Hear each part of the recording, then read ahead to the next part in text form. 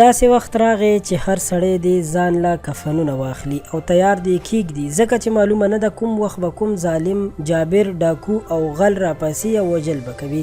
یو غم ختم شوی نه وي چې بل غم راتازه شي.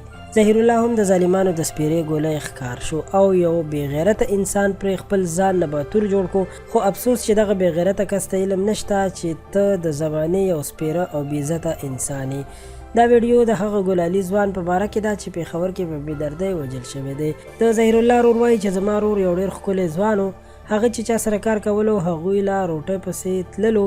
نو ورور مې زما نه رکشه وغوښته، خو ما ورته وویل چې زما رکشه خرابه ده، زه به پیسې درکړم ته سورلو کې لاړ شه.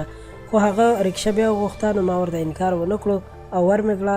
خو په لاره کې رکشه د چا موټرسایکل سره لږ شان لګېدلې وه چې د هغې نه پس جنګ شوی و او بیا زما ورور د دغه کسان لاره کې ناست و چې زما ورور یې بیا ویشتلی دی او وژلی دی.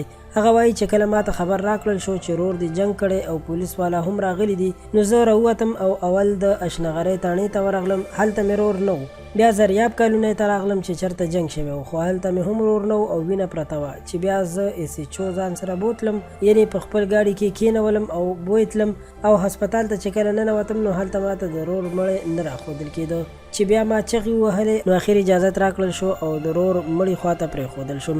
زه دلته په غم وم چې د ګاونډیانو له اړخه رنګ راغی چې خور دې مونږ کره راغلې ده او په مور دې څه چل شوی. بیا د هغې نه پس غم نور هم زیات شو، ځکه چې مور مو اوس هم په بد حالت ده او اوس هم ورته ډریپونه شروع دي، ځکه چې د ظهیر الله غم د هېرولو نه دی. د ظهیر الله په دردونکي مرګ د هغه کلیوال هم ډېر خفه دي او ټول په همدې یو اواز د حکومت نه غوښتنه کوي چې قاتل دې زر تر زره ونیول شي او پانسي دي شي، ځکه چې موږ په علاقه کې غل، ډاکو، شرپسند او بې ضمیره خلک نه غواړو، ځکه چې موږ امن پسند خلک یو. واقعا قدرمنو ملګرو چې پښتانه ډېر امن پسند خلک دي، خو په دې کې څه داسې جراثیم هم را پیدا شوي چې دا امن پسند خلک خپل ژوند تېرولو ته نه پرېږدي او په یو نه یو طریقه باندې د هرې کورنۍ خلک وژني او په کورنۍ غم راولي.